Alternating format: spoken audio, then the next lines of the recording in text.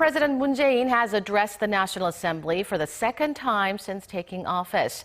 Our chief Blue House correspondent Moon Connyoung is live on the phone for us with the details. Connyoung, how would you describe President Moon's second speech in Parliament, but his very first State of the Nation on annual budget approval?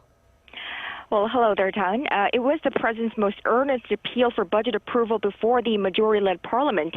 Now, in his second State of the Nation to the National Assembly earlier this morning, President Moon Jae-in optimistically outlined a bold agenda highlighted by social welfare, justice, economy, and security. Now, if his first parliamentary address focused mainly on the need for a swift approval for extra budget, today's half-an-hour-long speech was more of a general overview of the policies related to all state affairs, explaining why it is that the government is requesting for the roughly $380 billion budget for 2018. Now, that's a spike of a little over 7% from this year.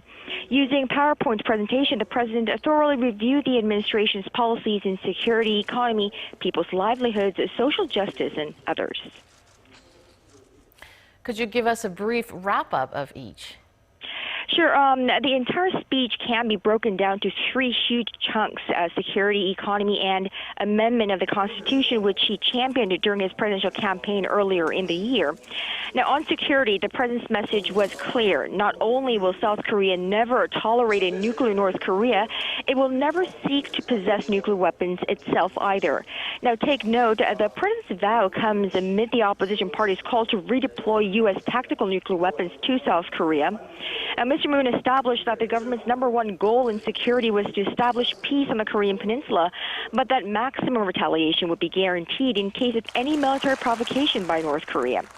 Emphasized again in this part of the speech was close coordination with the global community, super strong South Korea-U.S. alliance, and that Seoul will not be taking the back seat in dealing with North Korea.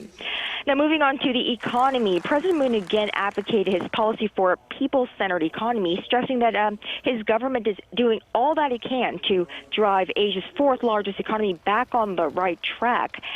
Noting that policies aimed at creating an economy that's people-centered and innovation-oriented would improve social welfare and people's livelihoods, Mr. Moon stressed that the proposed government budget for 2018 could be the first step in making that very change.